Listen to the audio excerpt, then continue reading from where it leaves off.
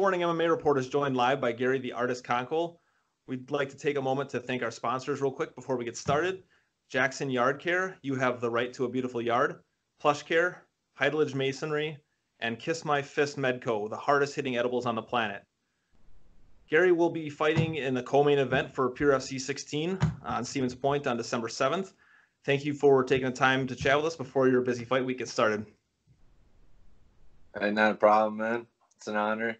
I love what you guys are doing with the sport, so Excellent. I love sitting down here from you. We appreciate it, man. It's been fun so far. So first things first, I gotta ask you this because I'm really jealous. I believe you and your girlfriend just went to Thailand. Yeah, we did. Absolutely incredible, man. It's incredible. That's awesome. Did you guys do any training over there?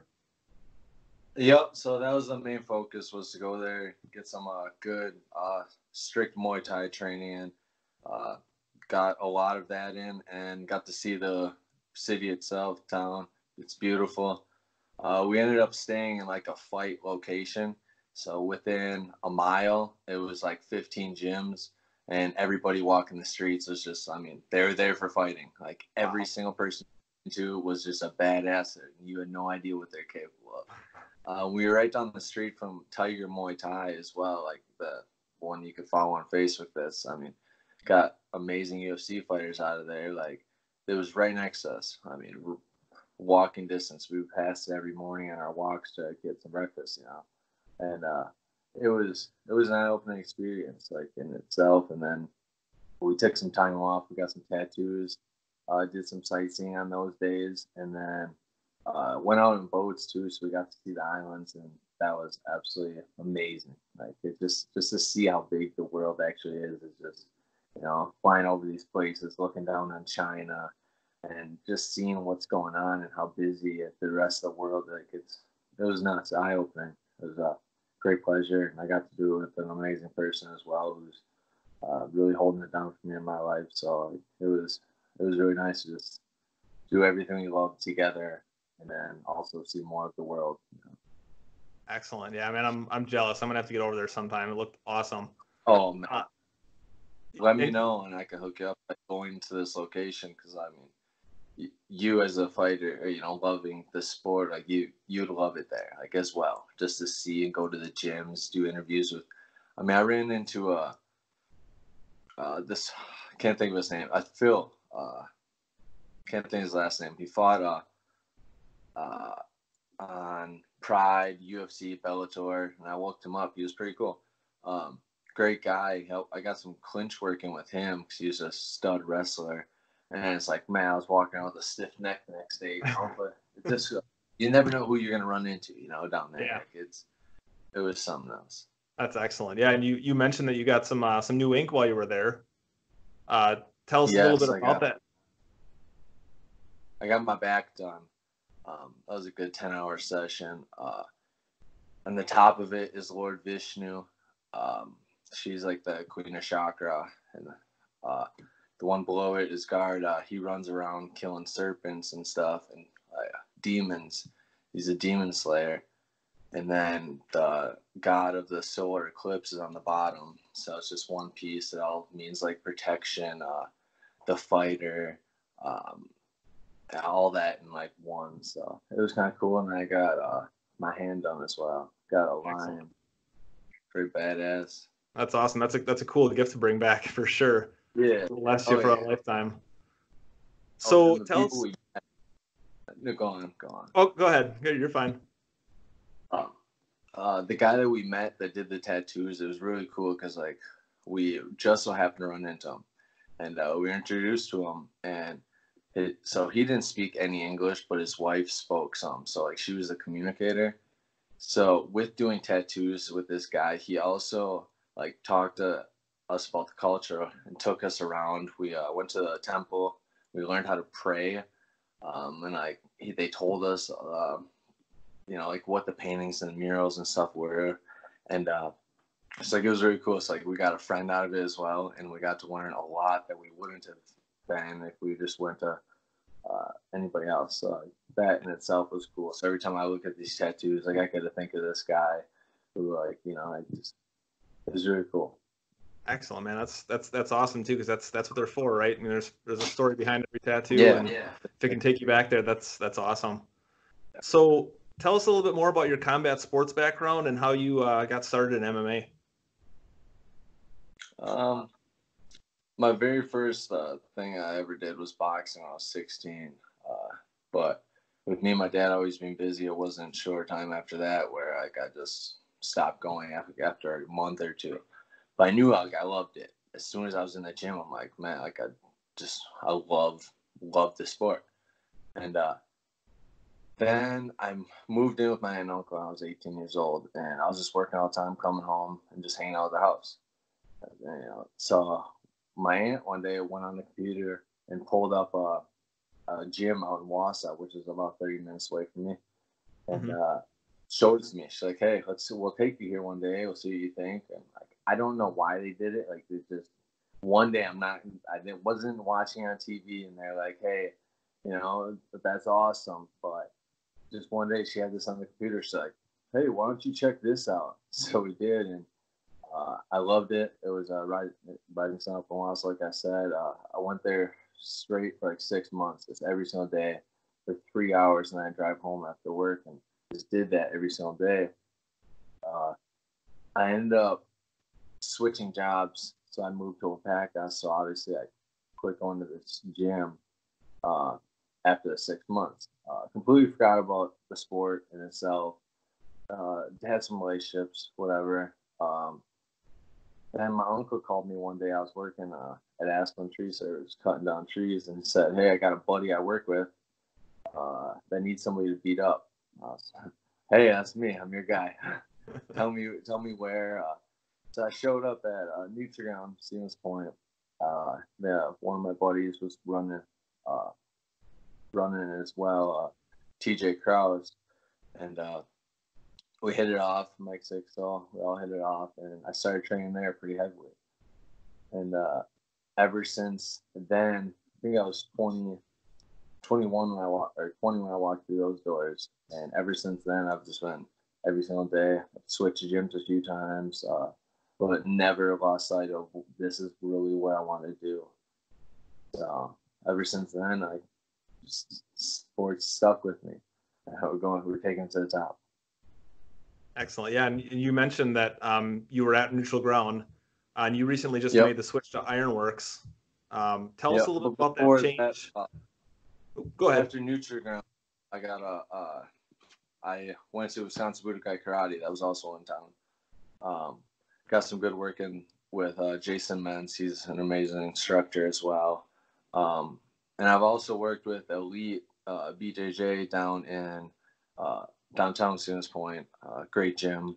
I got some work in with New London and some cross training as well with Rising Sun, So I've been to all those gyms in the local area. So anybody that heard those names, I mean, these are gyms you want to check out if you're looking at getting into this. And as you were saying, yes, I switched over yet again. I moved to La Crosse to be close to my girlfriend. The constant traveling and stuff was just sickening. I was there and I was here and I was there. I was missing classes at both places. I didn't like it, and I knew what Ironworks had for me. The people that are there, the talent. So I knew that this is what I want to do with my life, without a doubt. My goal is to be the greatest fighter in the world. With the gym like this in my area that I could have went to Ironworks, and the capabilities of being closer, as in moving in with my girlfriend, it was stupid for me not to make that switch. This is what's getting me closer to the goal, and the goal is to be the best. So the switch was a no-brainer, and it's what's gotten me farther along in my career to where I am now. To thinking I'm going pro, and I know this is now a possibility because of who I'm training with. Excellent. Yeah, and they got really good guys there. Good coaches, got good training partners. Who have been some of your main coaches and training partners there getting you ready for this fight? Wrestling coaches, Ammerman. Wrestling coach Zimmerman, stud, grinder, man. Like he'll work you. We got Shay on the stand up. His movement is just beautiful, and it really spoke to me as in style wise. So I've really clung to that. And then jiu-jitsu guys are Ian and John. So knowledgeable. It's awesome. And then yeah, that's what Africa coach is. And I've seen you get some. Oh, go ahead. No, go on. I've seen you get some sparring in at some other places too. I saw you get some sparring in at Pura Vida actually against guys like Ode Osborne. Do you feel like that kind of cross training and sparring is going to be beneficial? And you think that's something you're going to be doing in the future during your pro career? I mean, I've been doing it my whole life. Like I said, I can list all those gyms that I've been to at Point. It's because they're in the area, and like every gym has somebody to learn from and something you could take away from, to be the best. I mean, like the game is so big. Like it's a huge concept of what you can do in the fighting, and there's so many people. Like I can learn from every single individual to make myself into this puzzle master display of art because of all the puzzle pieces I took from everywhere. So it's like you have to, like, if you only work with the people that are right in front of you, like I said, the world is a big place and you're only seeing so much. Like there's gonna be guys out there that are just gonna outclass you because they come and bring you something that you haven't seen in your gym, Yep. but the guy at the gym right next to you is doing it, so it's like you have to, and especially knowing like a gym like Pure Vita, they have the UFC guys out there. And it's like, why wouldn't you go there? If like I want to be in the UFC, I'm not gonna be utilized an opportunity to go fucking train with somebody that's on there. It's like you gotta think, man. Like you can't be stuck in one spot. Like if you're stuck in one spot and these are the guys you got to work with, well, you better have an amazing group of people you have surrounded. Like you, not just amazing, but they have to be the best. Like that's the only reason it wouldn't be worth it is because you have the best coming to you. If not, you got to go there. You have to. Yeah, absolutely. That's something I don't know why more people don't do it. I know that there's like the potential for fighting opponents out of those gyms or whatever, but I still think it's beneficial either way. What you hear about that UFC? George Masvidal's gonna be fighting Kobe sooner or later, and those guys were best friends back at it. It's like it's the fight fucking game. Like who cares? Like so what? So what?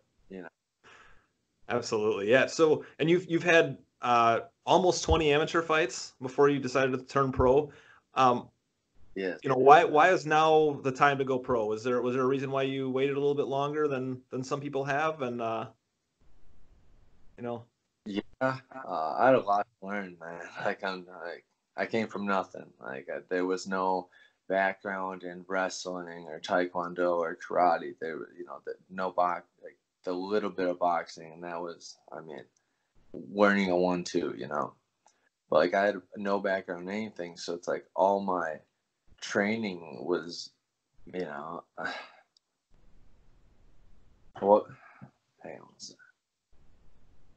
Brain fire, completely. But what was the question? So, just like, why was now the time to go pro after you had almost 20 amateur fights? Yep, 20, 22, I believe, and then a kickboxing. But no, it had to click inside the head. Like you had to understand. Like there's so much to the sport in itself. It's like you gotta see it, and I had to see it inside the cage, unfortunately, because the gyms I was at, like I wasn't at the best. So it's like I had a lot to learn. And now with being at Ironworks and seeing that these guys are also at that level, that I was able to understand where I'm at. Like, okay, things are clicking, things are making sense. Like that guy's going pro, I'm right there with him. Like, so like it kind of showed me that like that this is a right move. Like I've always wanted to go. Like, hey, I'm ready tomorrow. Like as long as there's a fight. but being around with this group of people was like, okay, I'm right here with them. So like, not been waiting for this time, so the time's now. I don't know. A lot of people you'll see a lot of people that'll rush into it, into going pro. So I appreciate the, seeing you take your time to get your mind right, and, when it feels right to go pro, for sure. So The biggest tell us, thing, like, I mean, yeah, I mean, the mentality of it's a huge part too, and a lot of people don't. yeah, that's what's gonna get you to the top. Yeah. So tell us a little bit about your opponent, Joshua Wiseman. And have you been watching a lot of tape on him, or is that something you generally let your coaches do? Or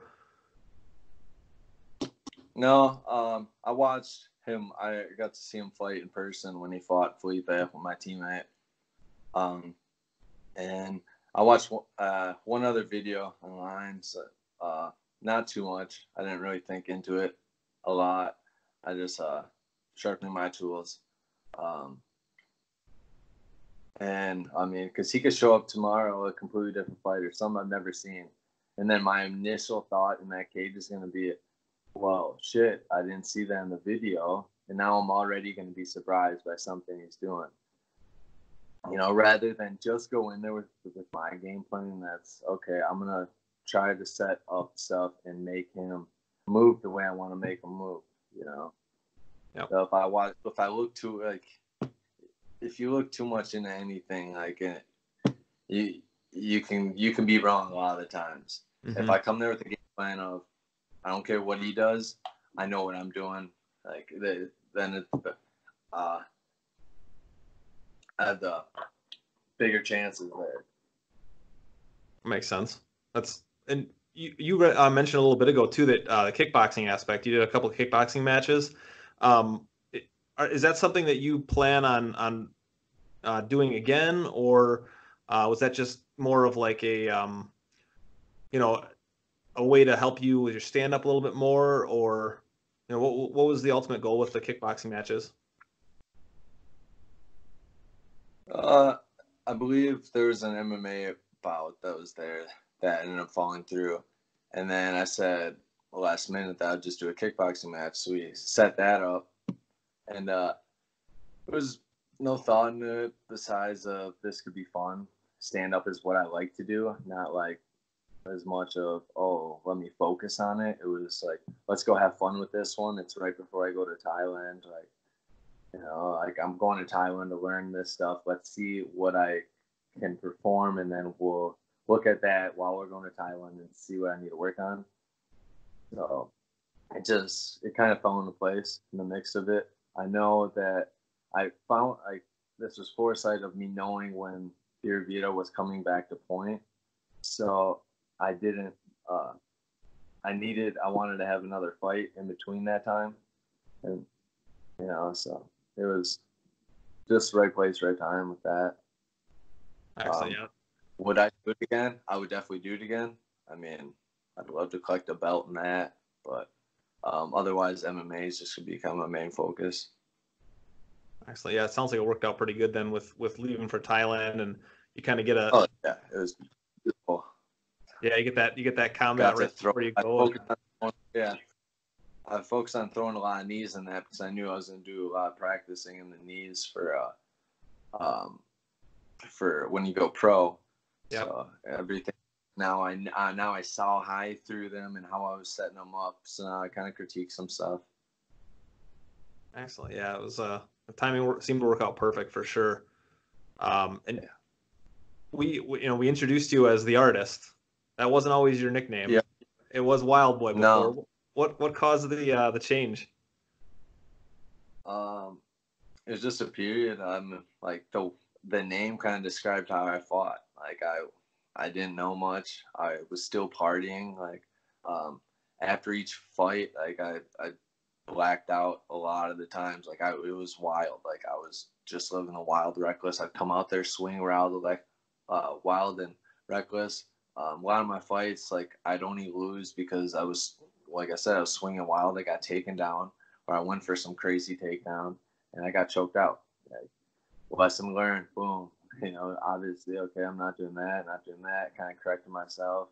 And as I was correcting myself, I come across this, being the artist, as I was trying to paint this picture and turn stuff into what I envision for the future. Like, and that's what an artist does. He thinks about it in his head and then he puts it into life. And that's what I began to do with my life. So kind of fit.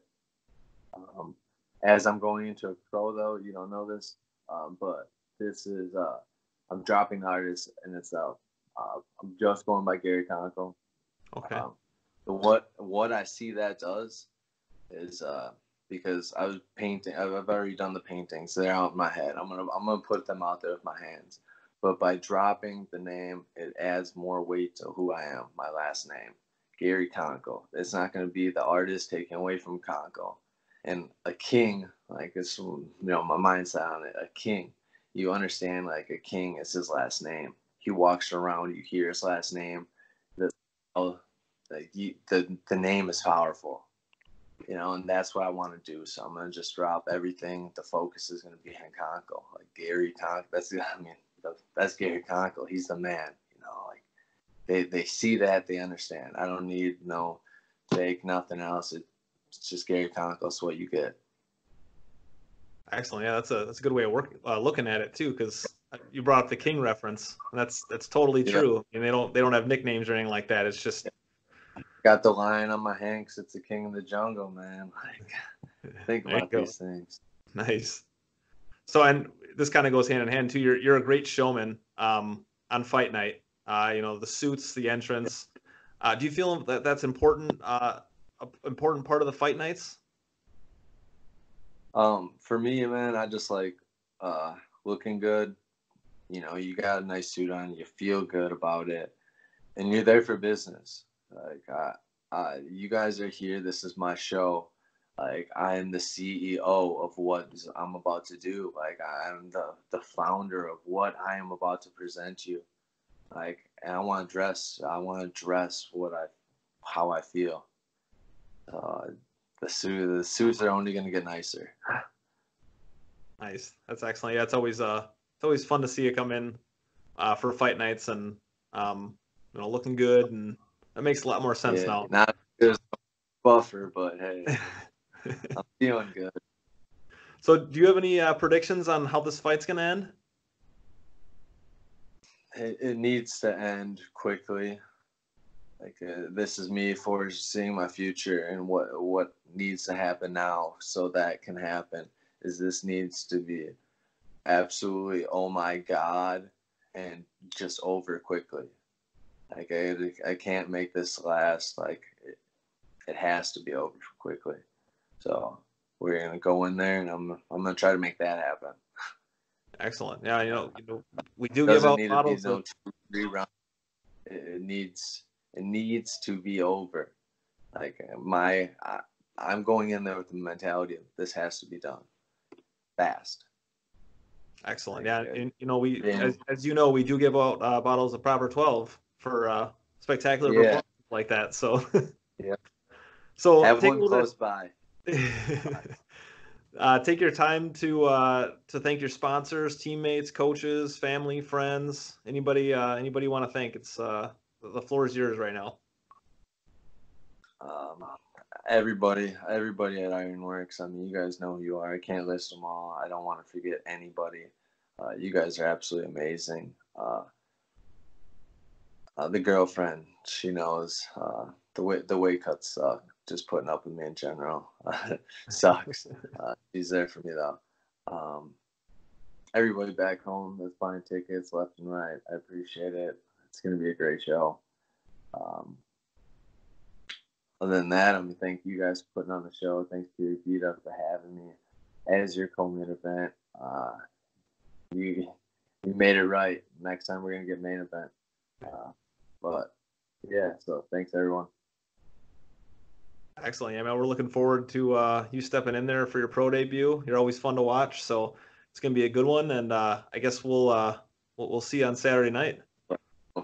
Less than 6 week away now. Less than a week away. Yeah, it's coming up quick. All right. Yeah, it did. Now the hard part, the weight cut. Yeah. How's that going, by the way? It's rough. I just gotta always make sure I have water by me and get dry mouth. Bad, but no, I know what I need to do, so it's been easy to turn things down and just get my weight's where it should be. I'm like, my body listens. I've done it a lot. I've done this now 20 sometimes, so my body listens to me. It understands what we're doing, so it's doing what it should. Excellent.